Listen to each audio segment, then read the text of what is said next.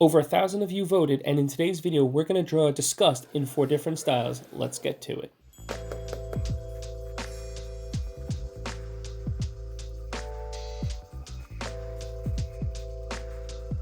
X-Ray was a really big fan favorite with the Envy video, so I decided to reprise it for Disgust.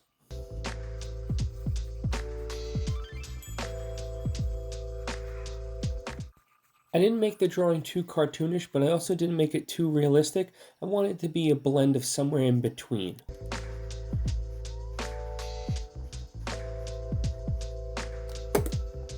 Now before you start shouting out that, oh my god, it's ruined, just give me a second, we'll clean it up and we'll make it look beautiful.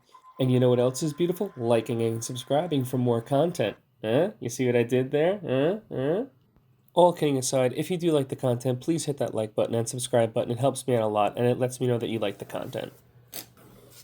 And next we're going to move on to the cracked effect. And for some of you who don't know what the cracked effect is, it's kind of like trying to make the character look like they're molded and broken out of stone. So I want the little bit of receded areas to have all these little cracked pieces and spider web crackles coming out of it. Let me know how you think if you really like this. I enjoy making this effect a lot because it's really an artistic style of drawing.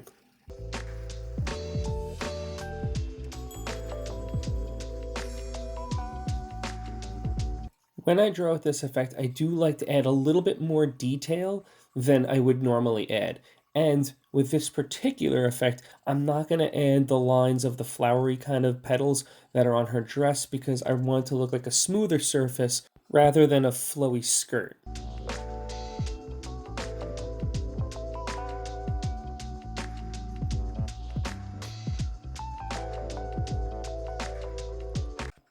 As always, let me know what you think in the comments. Is this a home run for you, or is it just kind of something that's not your favorite? Next up is realistic, and I really want to save the horror for last because I think it came out pretty unique. And for realism, a lot of people ask me for tutorials, and there is no simple tutorial. For realistic, you have to really research and study anatomy, human form, gesture drawing. You really have to study a lot of anatomy books too, because it's not just about life drawing, it's more about studying muscles and skeletons as they move in space.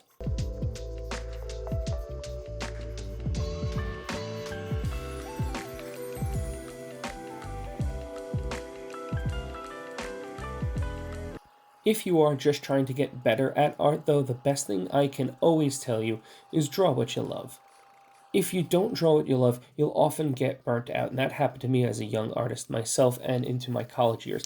I wound up drawing a lot of things that I didn't want to. I didn't want to draw still lifes. I didn't want to paint a riverside. All that stuff was just, it's not me. I loved anime, loved comic books, and that was just nowhere near the criterion for when I was growing up. It was not part of anything that you learned really in the late 90s, early 2000s in an art school. Had I known then what I know now, I may have actually gone for an internship or gone to a comic book studio and learned from a lot of comic book artists.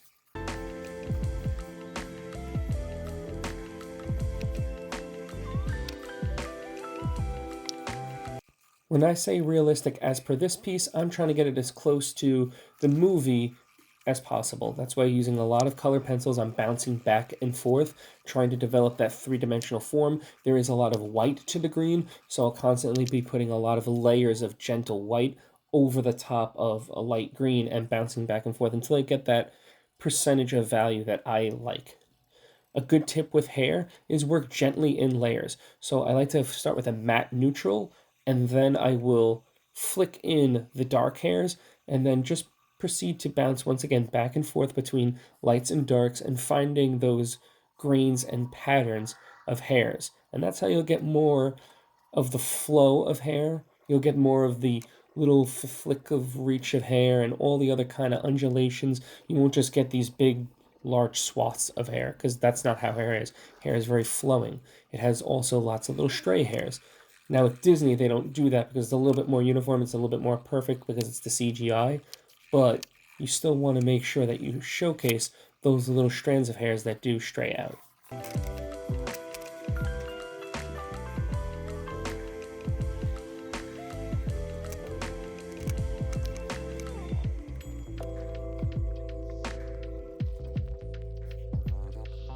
One thing that I like to do whenever I do a realistic effect, and it's kind of an old world and more painterly approach to things, is I will add color that is not necessarily there. For the undershadow, I added a lot of blue and I added a lot of purple. That's not present in the actual piece. Another thing that you'll do is that light lavender that was in her cheek, I added that back into the eye and blended it out with white. This gives a subtle cohesion that when we see it optically, it all makes sense. And now we're going to be on to the horror. And I really went through several sketches before I went on with this. What I was looking for with this one is a big zombie face with these gory kind of lips. I want it to almost look like the lips are being pulled back. When I think of disgust as in terms of horror, I think of it more as revolting, not necessarily frightening, but something that's just so off-putting that you really don't want to look at it. Because that would be the nature of disgust, even in a horror. So I think a zombie typifies that pretty well. I over-exaggerated the teeth and I gave her a big tongue because in the pose she was kind of sticking out her tongue like, brother, ooh. Brother, what's that? One final tip before we wrap things up is that don't try to perfect everything in one spot. Go back and constantly work in different areas. Your eyes will see as the whole thing develops what might needs to be retouched, what might need to be a little darker or a little lighter. You might need to change and add values. As you see, I bounce back and add a little yellow and a little white here. And that just about wraps things up for this video. Let me all know what you think in the comments below. I do greatly appreciate all the support and the comments. And as always, I will see you all in the next video.